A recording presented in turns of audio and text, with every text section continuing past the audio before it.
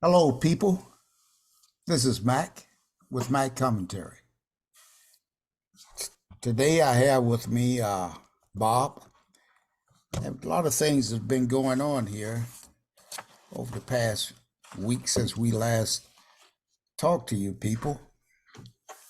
One of the things is that the U.S. Secretary of State, Anthony Blinken, has met with his counterpart from Russia.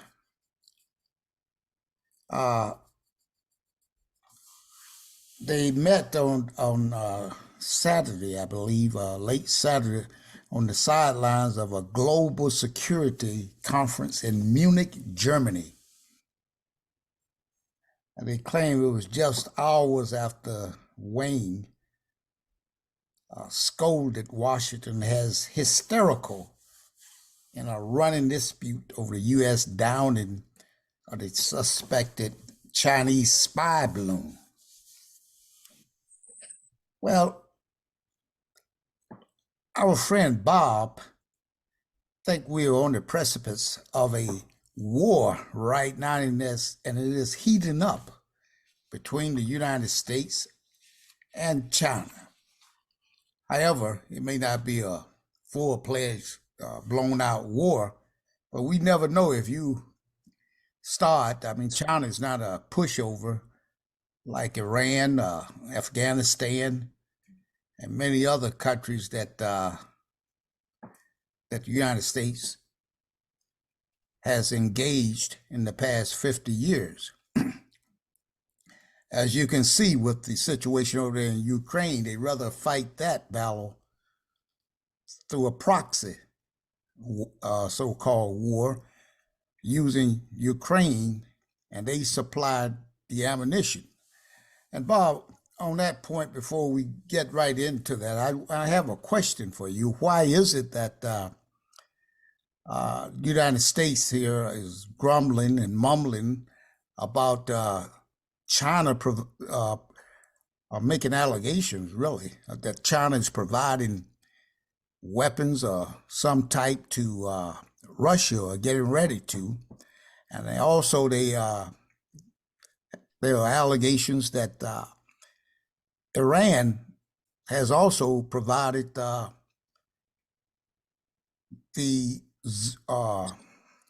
what do you call those things?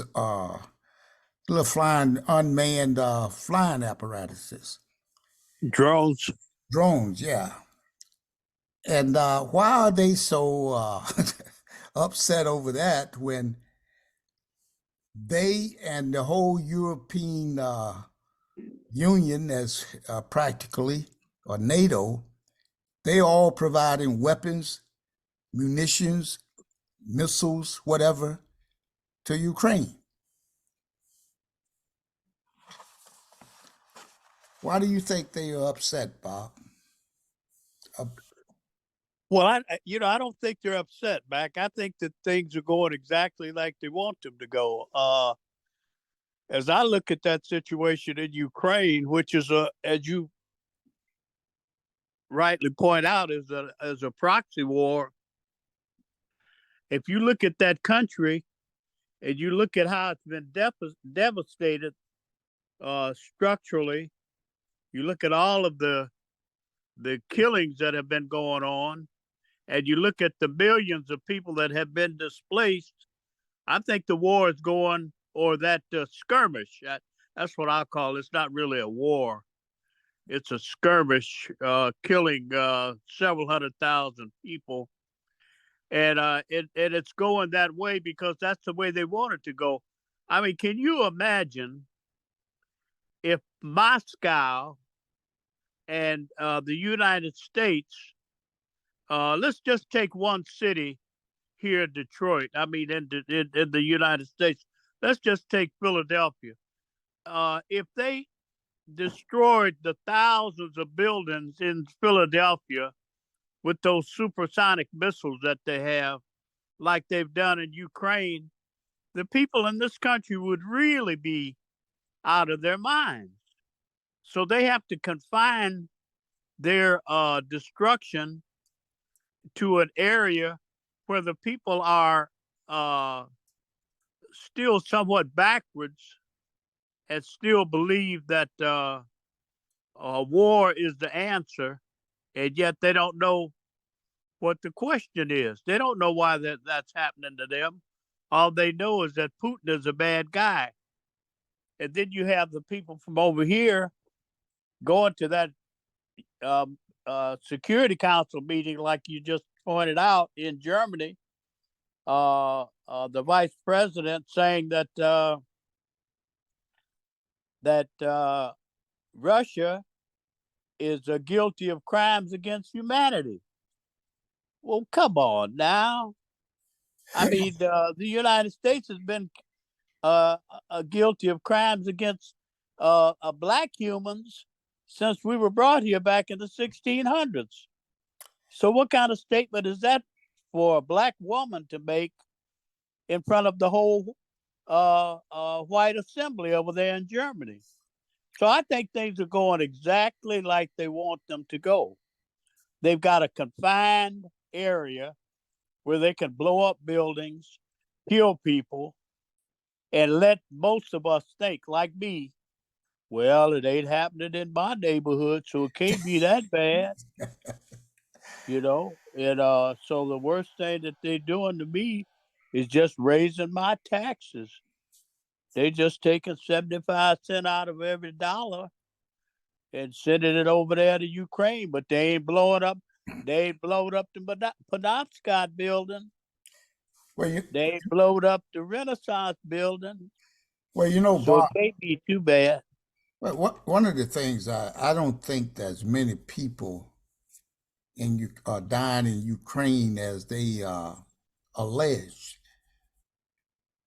The reason I don't think so, Bob, is you remember, you recall that many millions of people, I don't know what's the population of Ukraine, but millions of people left certain areas where the war was about taking place, got on trains and went to Poland and other countries, and many came over to as far away as United States and Australia to get away from that, and they are like what they term refugees. Now, and a lot of times they try to blame Russia for blowing up apartment complexes, hospitals, schools, or whatever. And they're even coming out with allegations now that Russian soldiers raped a 4-year-old girl over there. That's some of the inhumane things they're talking about. And I just don't believe anything that these newspapers in this country here put out about that war, because I see it from other perspectives and other newspaper coverage that some of these things are not going on like that, and that the Ukrainians, they are actually blowing up their own buildings. And it was brought out during the beginning of this war how the Ukrainians would set up missiles and apparatuses, armaments inside of apartment complexes. And and when the Russians saw where the missile was coming from, that's when they fired on a particular building. And in many cases, the Ukrainians would be blowing up a lot of these residential places in themselves. So I don't think that there was actually a lot of wholesale killing over there by Russia of civilians. And I think they were killing quite a bit of troops over there. And this war probably would have been over with had the United States and NATO and his European allies, had they not decided to send more weapons over there for the Ukrainians to extend the war. I think you're correct about that. I think that's absolutely the right analysis. And it goes back to something you said several conversations you and I had ago, some time ago, that this war is benefiting the military-industrial complex, and the Exactly. military-industrial complex is the body of organizations that are shipping these military armaments to Ukraine. I mean, they got the perfect testing ground for this to go on. So I think it's a ruse. But the one thing that I am I'm keeping a close eye on, because I saw where this guy Blinken met with the Chinese Chinese counterpart, and the Chinese guy came right out and said, he needs to stop lying on China, because we, the American government, the United States, the ruling class in this country, are the ones that are promoting a lot of this stuff and blaming it on China. And that's, when we were kids back, you throw a rock and you break out somebody's window. And what's the first thing you do? You look at somebody else. Make make it think that Mac threw the rock, not Bob. And that's no different than what these countries do. They do things like that, and then look the other way and pretend that somebody else did it. Well, Well, that's what's happening. well, They're sending all these missiles, and they have to report it, because now everybody wants to know where you spending my dime. I mean, you take a $400,000 missile to blow up a $12 balloon. That doesn't seem right to me, and I can't go to the store and buy a dozen of eggs. right. And So Bob, they made the statement that when they recovered this particular parts and everything, they saw electronic parts in there, and that. But I mean, if this was a weather balloon, wouldn't it also have electronic equipment in there, the gauge thing? That's what it's up there for, right? right, So I mean, they just feed us. What is this? Someone said to me a long time ago. They treat us like mushrooms, keep us in the dark and feed us shit. Excuse me the phrase. I didn't mean to use that, but another thing too, when you're getting back to what you were talking about, the military-industrial complex or aspects of this uh, engagement over there, if you want to call it a war or whatever. It's a war for the people that are fighting it, but it's an engagement for us, right? Uh, right, well, one of the things is that that Nord Stream pipeline over there. The United States, it is alleged, and I mean, this is a reporter from in the Helsinki uh, paper, Times, I believe it was. And this guy is known for his name, Seymour Hersh. He's an investigative journalist with a track record of breaking major stories. He published a report on Substack last week, I believe it was. Maybe not last week, but yeah, it was last week. And that alleges United States was behind the explosion of the Nord Stream pipelines. An anonymous source with inside knowledge of the operation has confirmed that the U.S. government was involved in the planning and execution of the sabotage, which took place on September 26, 2022.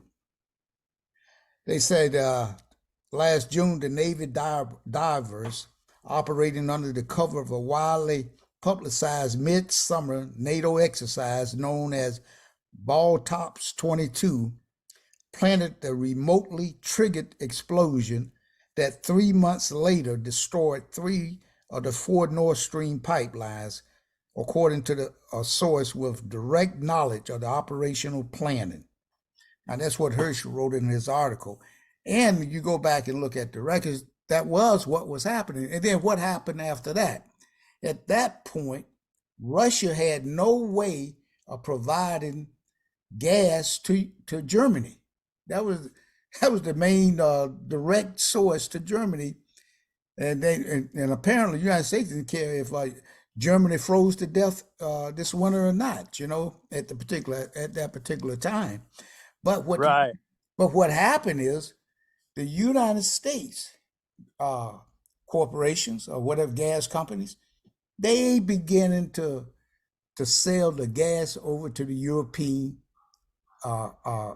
countries there, and they which was double the price of what Russia was selling it for. So who was benefiting from this war here? Like you pointed out about the military industrial complex with the ammunition and stuff like that. Now this is another way that the gas companies in the United States, the elites that owns those particular industry,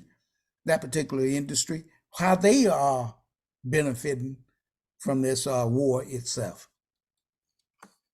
So, Yes. so this is this thing goes a lot deeper, Bob, than just like you said, shooting down a balloon using a mega $100 million missile to shoot down one balloon aircrafts or whatever. Sitting up, what one aircraft costs couple $1 billion or something like that. No I fighters, read where that F-35 costs about 40 million. 40 million. God, wow. Yeah, for one plane. Well, even that's a lot of money. But how do you see right now though, Bob? Even with this whole thing with Secretary of State Blinken meeting with Wang, what's his name, Wang Z. How do you see that? What came of that meeting? How do you see the relationship of the United States that once what the United States would do here once the China go in and invade? I don't want to use that word invade, but go in to bring Taiwan back under its control. And the United States, of course, they don't want to do this because they got there's this company over there, Bob, uh, that's the world's biggest chip maker, semiconductor maker in the world. And, Yeah. and they are also building this mega $1 billion plant right here in these United States. So the United States, that we get back to this here whole thing again, the military industrial complex. Do you realize, Bob, that we've got to protect the businesses and the elites, business owners in this country, that we have over 700 bases throughout the world? Yes, I do know that. So I mean, this is just another situation here that the uh, that the United States is planning on protecting the businesses, elites of the world. That's what our military fight for. They don't fight for to preserve our freedom. If has anybody invaded this here country yet? That that we know of, at least not that I know of. So when you start fighting on this soil right here, and then that's when you protecting your freedom of people. But when you over in other countries over there, I can't see how that's protecting the freedom of Americans. Right. But I What? just Yeah, you're right. That I think that makes uh, perfect sense. If you're going to a foreign country to protect Bob's company in a foreign country, just because Bob is an American and he wants to go to that country and exploit those workers over there because he can't any longer exploit the workers here in America. He's got to give them equal uh, uh, pay for equal work. And it may be $40 an hour here, but he could go over to another country and pay those people $4 or $5 an hour, and the people don't understand what's going on, but they do get angry at times. You've got to send somebody over there to protect Bob's company, and that's the United States military. And again, it's image, because you couldn't send the Detroit police force over there in their blue uniforms. You got to send guys in green, so that there's a level of respect. As soon as they get off the plane and start marching through towns, the people stand erect, where they wouldn't have that same reaction to guys marching through the town in blue uniforms, because they wouldn't feel as threatened by the blue as they are with the green. For the Uh, yeah, yeah, because that green is backed up with some mighty potent weapons. Uh, that's right. that that the blue but they are militarizing the blue right now though, Bob. They've been doing that for the last more than 20 years. I say 30 years. They've been adding more and more. You can look at some of your police officers when they get ready to go on their patrols. Look at the uniforms they have on, Bob, and Yes. tell me if they don't look like they're military. And they get Right. go And in. they're They getting good practice. yeah, They're they get getting good practice here in this country too, by killing off a lot of on people in this country. especially especially people, black people and people of color. You know, even though a lot of whites come under their uh,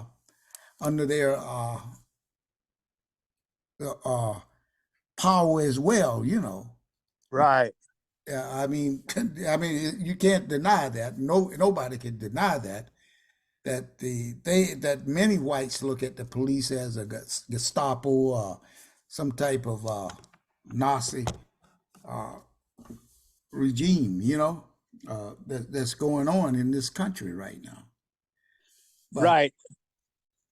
But uh, I just don't think that the Chinese are going to be well. First of all, the Chinese are not intimidated by the United States, and because the Chinese are very astute people.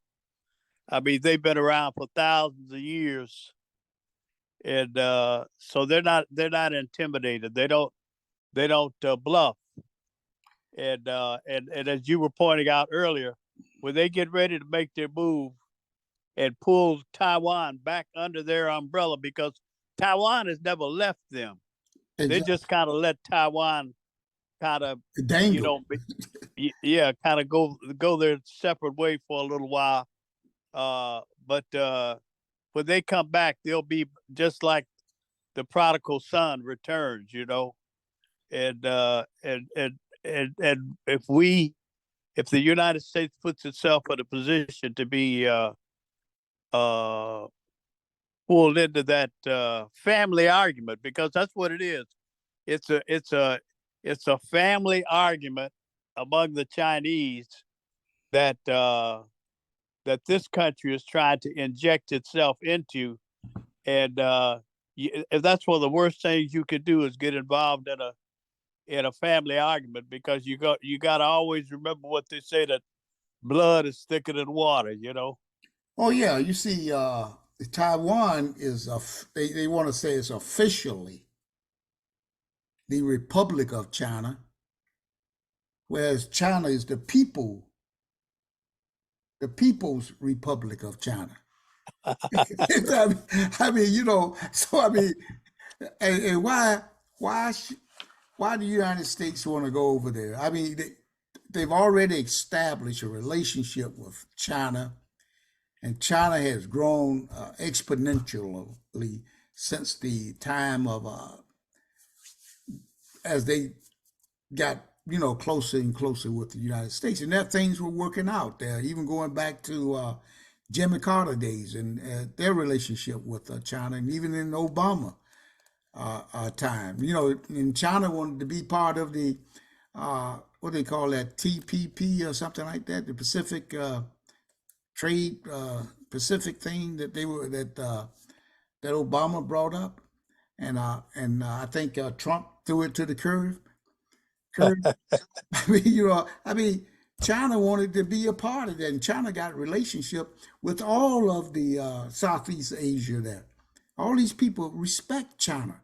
China is respected all around the world, and more people are beginning to disrespect the United States around the world because Right, because of the United States, the way they go about things. You know how they've done things throughout the world, how they're doing things in these countries, and right. and until that changes, I mean, we're gonna continue, Bob, to see this decline of the world dominance. And the dollar, was since 1974. You see, that's when the dollar became. I mean, the United States got off of the gold standard under Richard Nixon, I believe.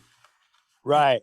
And at that time, the dollar was used to trade oil with, as the current currency to use for doing business around the world. Right. And even though there was nothing backing it up, but now what we're having now, Bob, we are having the BRICS. That stands for what? Brazil, Russia. What's uh, what's the I stand for? India. C stands for China. S stands for South Africa. And they said now it may become BRICS, BRICSS, which that last S will stand for Saudi Arabia. And what they're coming together to try to do is to come up with another currency, another way to pay without using the U.S. dollar. Yes. And so, what effect do you see happening right there? And that's why that's another reason why the United States is, they get a little jumpy with things going on right now. But I think they got the wrong leadership. We got the wrong leadership. I won't say we because I didn't put him in there, but but for sure the wrong leadership is leading this country right now. At least nobody. He's not challenging those other powers that be. You follow me? Sure. He's going on with what the program says, and I just don't see where this country will gain any type of a better foothold unless it begins to change its political from being the aggressor to being a mediator. You know what I mean? Yeah, and I don't think that will happen back because you see I look at the long range. Ever since this country was formed, and the so-called pilgrims started to come here, they have always ruled with the iron fist in the velvet glove. That's been the policy then in the 1600s, and it's the policy now in the 2000s. But the only thing that's changed is the language. It's just like the red man used to tell people uh, that the settler spoke with a forked tongue. He'd tell him one thing, and it's just the opposite. And that same circumstance prevails today. But today people have wised up. I mean, many of these leaders of these countries, the ruling class of different countries, have gone to the best schools in America, and they've learned the techniques of the Americans. They know how to tell the same kind of lies that America tells. So it's a propaganda war. a propaganda of lies. So they can't come. We and I'm not going to say that, but it's a propaganda war, and the people are so wise today. Even the brother on the street, you could walk down the street, and a brother will be out there picking up cans to take to buyers. And you say, "Hey, brother, what's happening, man?" He said, "China." I said, "Wow, where'd that come from?" Yeah, You know, right. I mean, this brother that you would think pushing a shopping cart with nothing but plastic bags and pop bottles and cans and the plastic bottles in his black bag, and you ask him a question of what's up, and he says China. I mean, that's deep to me. He didn't go to Harvard. I don't know. Maybe he did. Well, Maybe he was. Maybe he's a Harvard graduate down on his luck. well, the thing is, Bob, that's another reason. Which one of the things you were bringing up is about how the world and the people around the world are taking a different perspective about the United States. Right. Many of them are looking at the United States as getting ready for an implosion, not an explosion, Yes. but an implosion. And Yes. and with the information, we're in the information age now. Well, you have this internet, and it's been. I mean, since I've been on the, I used to be a reader that was used to read all the time, Bob. I mean, I still read, but I'm talking about books and things like that, different types of books. Now I read everything on the internet. You know what I mean? Yes. And because I used to go to the library on a frequent basis, but I can find everything that I want on the internet. Yes. And you will find that now with a lot of these countries over here in what they call the developing world. I mean, they don't have the electricity that will sustain anything, but you know what they have? They have what they call a cell phone. And that phone with that satellite up there, they can communicate all over the world, Bob. And they can Yes. and they can receive information from one end of the world to the next, you know. And this Yes. is and this is what is changing people now, the information age. And I think Yes. and I think that is most critical right here is what's happening with and a lot of people now are demanding that their country uh, take more proactive measures against the neo-colonialism, and especially there in Africa. They Yes. Yes. they are saying that, hey, we don't want you giving away our resources. That's what they're telling the leadership there, and what they're beginning to do since many of these countries have become democracies.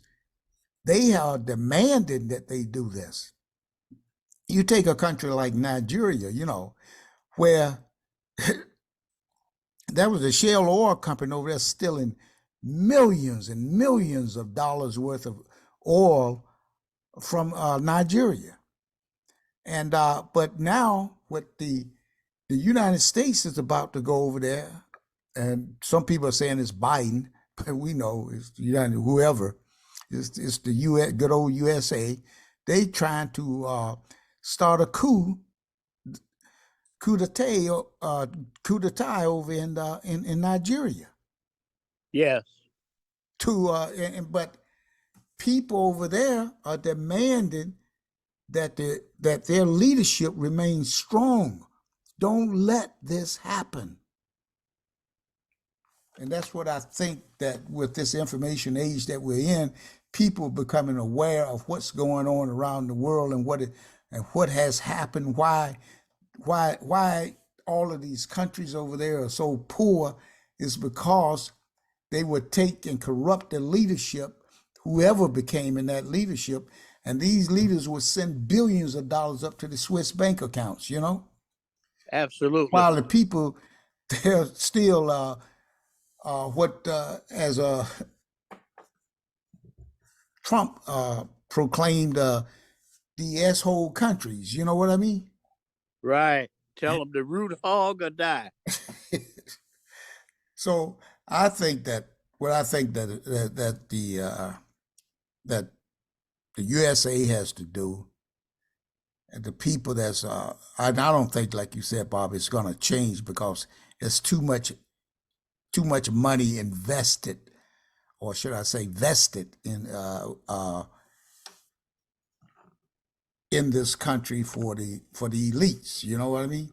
They Yes. they're not going to change anything. They don't care anything about it. They act like they do, but they don't care about the average Joe out there. They figure that Oh, he should get it the best way he can. They don't care nothing about those S-hole countries either, except to except to exploit right. them that much more. Go over there and take all the resources, and they'll make billions while these people over there make $100 a year, or $200 a year, $100 a month in some cases. Absolutely. And like you say, because so many people today, of the 8 billion of us on this planet, let's just say 2 or 3 billion have cell phones, and they're learning how to use them, and they they can listen to a woman, the vice president, get up and talk about the fact that this is a crime against humanity, and then they look at themselves. They say, "Well, what about me? What's happening to me is a crime against humanity. Right. I can't even feed my family. What is that about? I mean, how come they're not talking for me? All I got is this cell phone. My wife and kids, they go out and root hog or die every day. And what about me? How come they not saying something about me? Right. You know? And it's because, like you say, we're living in an information age. The technology today, and I don't understand the technology. All I know, I can pick up this little, as long as I keep my phone charged up, I can go on the phone, and if I can structure the questions properly, I could get just about any information that I want without ever leaving my house. I don't have to go to a library anymore. Exactly. And that's what people around the world are beginning. And this information, a lot of people say, "Oh, you shouldn't believe everything you read on the internet." Well, I You mean, should read. You shouldn't read a lot of that shit you read in the yeah, newspapers either. that's right.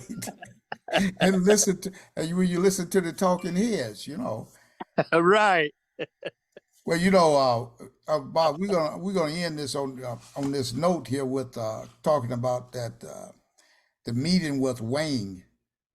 Uh, Blinken condemned the excursion of the alleged Chinese surveillance balloon. I know we touched on that a little bit, but but he stressed this must never happen again. The Secretary of State said in a tweet, and they was ticked off because Wang did not apologize for that. You know, it said the flight it triggered an uproar in Washington, and that's why he postponed a planned visit to Beijing. But I think that was all part of that. They use any excuse, and like they said the balloon was they say it was clearly surveillance balloon, Bob, because it had a massive undercarriage holding electronics. Now, if you up there trying to, I'm not, I don't know whether it was a spy, it could have been a spy, I mean, whatever, but they said they've been used. But I mean, if China, they became upset because they said it was a weather balloon. Who are you going to believe? I mean, if there was a weather balloon, they would have to have electronics in there, right? Right. So, but they want us to believe that they were spying on the United States. They didn't say nothing about they had a telescope in there, right? Right. Or something that where they could. I mean, what can they see 60,000 feet up in the air? You got to have something, some high, uh, powerful telescope or something in there, right? Like they got in these satellites up there, right? Right. And they can't shoot down the satellites. Yeah. But I tell you, so this is really something here. I'm just saying that how. I mean, I love the United States, man. I've been here all my life, and father's life, his father, and his father was a slave. But nobody ever gave us any reparations, though, Bob. I want to make that a point. Nobody ever gave us reparations. Just gave us a lot of heartache and frustration. Yes. And I mean, even after the slavery was supposedly abolished, oh man, we still been catching hell ever since. You know. That's right. And like, like Malcolm said, I heard him at this speech because I was there at the church when he gave this speech. He said, uh, you don't you don't catch hell because you're a Baptist, and you don't catch hell because you're a Catholic, and you don't catch hell because you're a Methodist, and you sure don't catch hell because you're an American. Because if you was an American, you wouldn't catch no hell. That's right.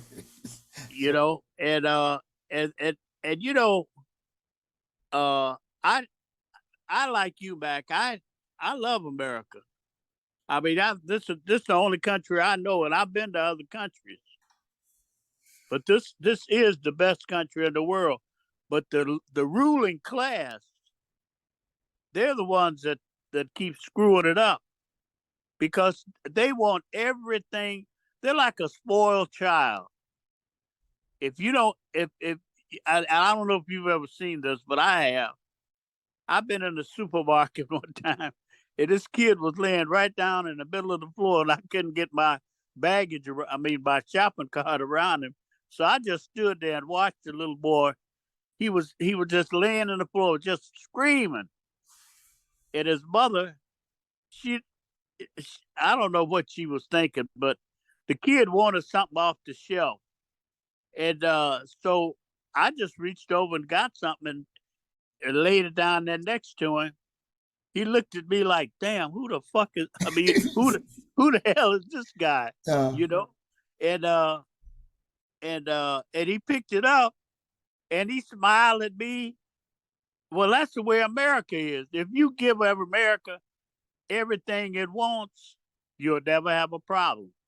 If you give it its slaves, if you give it segregated schools, if you give it segregated neighborhoods, low wages. low wages, uh, all of those things that satisfy those that rule the country, you won't have any problem. But they could take. I can do that in my neighborhood, but I can't take that to somebody else's neighborhood and expect them to bow down to me. And that's what's happening. China said, "No, you don't rule the world, man." But this is what Wang they uh, he said he urged the U.S. to change course, acknowledge and repair the damage that its excessive use of force caused to China-U.S. relations. Yes. Wayne had condemned the reaction to the balloon as hysterical and absurd. And he said something, Bob, that you kind of touched on. He said to have dispatched an advanced fighter jet to shoot down a balloon with a missile, such behavior is unbelievable almost almost hysterical. Right. And I said, mean, it's insane. yeah, right. And then you had all these Republicans talking about why didn't they shoot it down when they first saw it up there, you know? Right. So I mean, who here has where's the sanity at, Bob? Right. But now this thing it has really set back. And then you had the U.S. Vice President Harris. She underlined how Washington was troubled that Beijing has deepened its relationship with Moscow since the war began. I mean, what are they doing over there with Ukraine? Yeah, back. She further stated, Bob, and we're going to end this on this note here.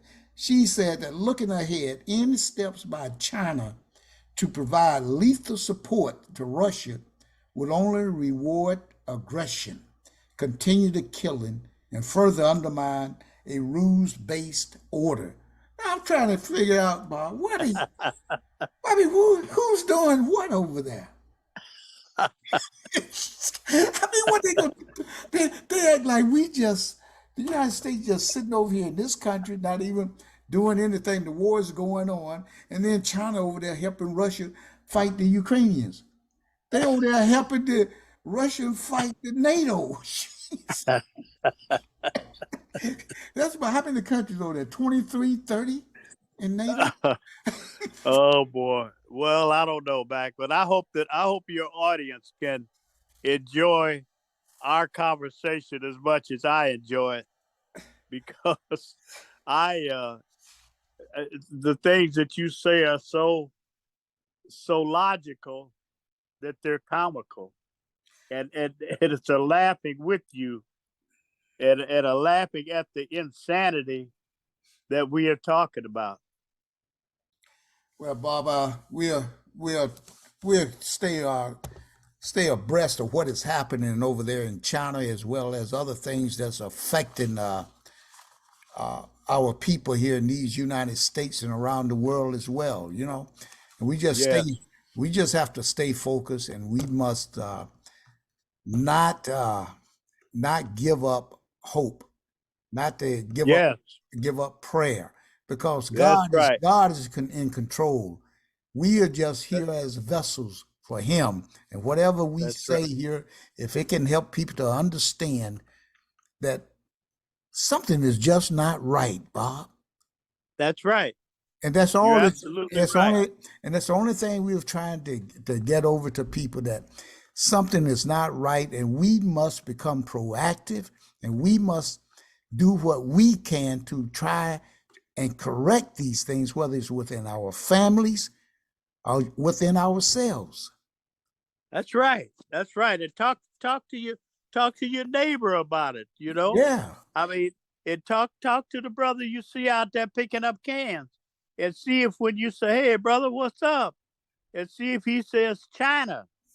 And if he says China, it might be the same brother I bumped into. right.